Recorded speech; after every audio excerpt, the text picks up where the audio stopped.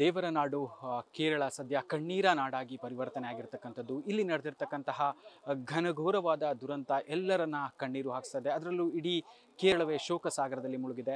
ಸಾಕಷ್ಟು ಜನರು ತಮ್ಮ ಕುಟುಂಬವನ್ನು ಕಳೆದುಕೊಂಡು ಕಡೆ ಪಕ್ಷ ಅವರ ಮೃತದೇಹವಾದರೂ ಸಿಗಲಿ ಅಂತ ಹುಡುಕಾಟ ನಡೆಸಿದರೆ, ಅದರಲ್ಲೂ ಪ್ರಮುಖವಾಗಿ ಕರ್ನಾಟಕದ ಮೂಲದ ವ್ಯಕ್ತಿಯೊಬ್ಬರು ಇಲ್ಲಿ ತಮ್ಮ ಕುಟುಂಬದ 11 ಮಂದಿಯನ್ನು ಕಳೆದುಕೊಂಡು ಇವತ್ತು ಕಣ್ಣೀರು ಹಾಕ್ತಾ ಇದ್ದಾರೆ. ಮೂಲತಃ ಹುಣಸೂರಿನ ರವಿಯವರು ನಮ್ಮ ಜೊತೆ ಇದ್ದಾರೆ. ಅವ್ರನ್ನ ಮಾತನಾಡಿಸ್ತಾ ಹೋಗ್ತೀನಿ. ಸರ್, ನಿಮ್ಮದು ಸ್ವಂತ ಊರು ಯಾವುದು? ಇಲ್ಲಿಗೆ ಹೇಗೆ ಬಂದ್ರಿ ಸರ್? ನಾ ಸ್ವಂತ ಊರು ಹುಣಸೂರು. ನಮ್ಮ ಅಣ್ಣ ಇಲ್ಲಿ ಫಸ್ಟ್ ಮದುವೆ ಆದ. ಅದರಿಂದ ನೋಡೋಕ್ಕೋಸ್ಕರ ಇಲ್ಲಿ ಬಂದಾಗ ನನ್ನ ಇಲ್ಲೇ ಇರಿಸ್ಕೊಂಡ್ರು ಕೆಲಸ ಮಾಡಿ ನೋಡಿ. ಅವಾಗ ಇಲ್ಲೇ ಫ್ಯಾಕ್ಟ್ರಿ ಕೆಲಸ, ಎಸ್ಟೇಟಲ್ಲಿ ಕೆಲಸ ಹಿಡಿದು ಫ್ಯಾಕ್ಟ್ರಿಲಿ ಕೆಲಸ ಮಾಡೋಕ್ಕೆ ಶುರು ಮಾಡಿದೆ. ಬಂದು 40 ವರ್ಷ ಆಯಿತು. ಇದು 2ನೇ ಸಲ ಈ ರೀತಿ ಆಯ್ತಾ ಇರೋದು. ನಮ್ಮ ಇದು ಆಯ್ತದೆ ಅಂತ ಯಾರೂ ತಿಳ್ಕೊಂಡಿರಲಿಲ್ಲ, ಕನಸಲ್ಲೂ ತಿಳ್ಕೊಂಡಿಲ್ಲ. ಆಮೇಲೆ ಆಗೋದಿಲ್ಲ ಅಂತ ಎಲ್ಲರೂ ನೆಮ್ಮದಿಯಿಂದ ಮಲಗಿದ್ರು. ಇದು ಫಸ್ಟು ಒಂದು ಸಲ 1:30ಗೆ ಸ್ಟಾರ್ಟ್ ಆಗೈತೆ ಬೆಟ್ಟ ಹೊಡೆಯೋಕ್ಕೆ.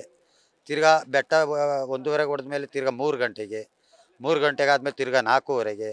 ನಾ ಮಲಗಿದ್ರಿಂದ ನನ್ನ ಜೊತೆಗಾರ ನಾನು ಕರೆದುಬಿಟ್ಟು ಬೆಟ್ಟ ಹಿಂಗೆ ಹೊಡೆದೈತೆ ಕಣೋ, ಹೋಗಿಲ್ವಾ ಅಂತ ಕೇಳ್ದೆ. ಇಲ್ಲ ಹೋಗಿಲ್ಲ, ಬಾ ಹೋಗೋದ ಅಂದಕ್ಕೆ, ಬೇಡ ಬೆಳಿಗ್ಗೆ ಹೋಗೋದ ಕಣೋ ಅಂತ ಹೇಳ್ದ. ಅವಾಗ ಇಷ್ಟು ರೀತಿ ಯಾರು ತಿಳ್ಕೊಳ್ಳೋದ್ರಿಂದ ಎಲ್ಲ ನೆಮ್ಮದಿಯಿಂದ ಮಲಗಿದ್ದು. ಬೆಳಿಗ್ಗೆ ಹೋಗಿ ನೋಡುವಾಗ ನಮ್ಮ ಸಂಬಂಧಿಕರು ಮನೆಯೇ 3 ಮನೆ ಹೊಸ್ದಾಗಿ ಕಟ್ಟಿರೋ ಮನೆಗಳೇ ಇಲ್ಲ. ಸರ್, ಈಗ ನಿಮ್ಮ ಸಂಬಂಧಿಕರಂದರೆ ಎಷ್ಟು ಜನ ಕಣ್ಮರೆಯಾಗಿದ್ದಾರೆ? ಅವರು ಯಾರ್ಯಾರು ಸರ್? ಅವರು ಒಂದು 12 ಜನ ಸಂಬಂಧಿಕರೇ ಹೋಗೋರೆ. ಇನ್ನು ಮೊತ್ತ ಮನೆ 70 ಮನೆ ಹೋಗೋವೆ, 70 ಮನೆ. ಅದರಲ್ಲಿ ಸಂಬಂಧಿಕರದು 3 ಮನೆ.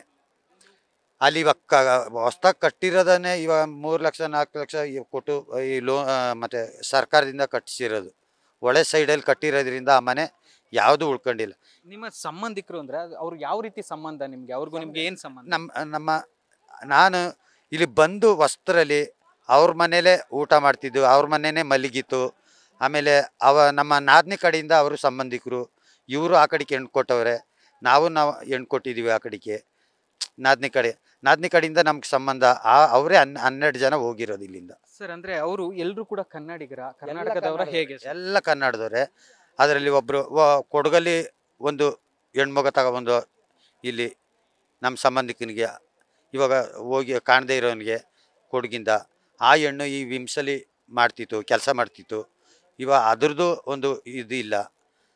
ನೀವು ಯಾವ ರೀತಿ ಹುಡುಕಾಟ ನಡೆಸ್ತಿದ್ದೀರಾ? ನೀವು ಒಬ್ಬರೇ ಇಲ್ಲಿ ಬಂದು ನಿಂತಿದ್ದೀರಾ? ಏನು ಮಾಡ್ತಾ ಇದ್ದೀರಾ? ಇಲ್ಲಿ ಎಲ್ಲರೂ ಹುಡುಕ್ತಾವ್ರೆ, ಯಾರು ಇಳಿಯೋಕ್ಕಾಗೋದಿಲ್ಲ. ಇದೊಂದು ಅಲ್ಲ, 1 ನಿಮಿಷ ರಷ್ಟಿಲ್ಲ ಮಳೆಗೂ ನೀರಿಗೂ.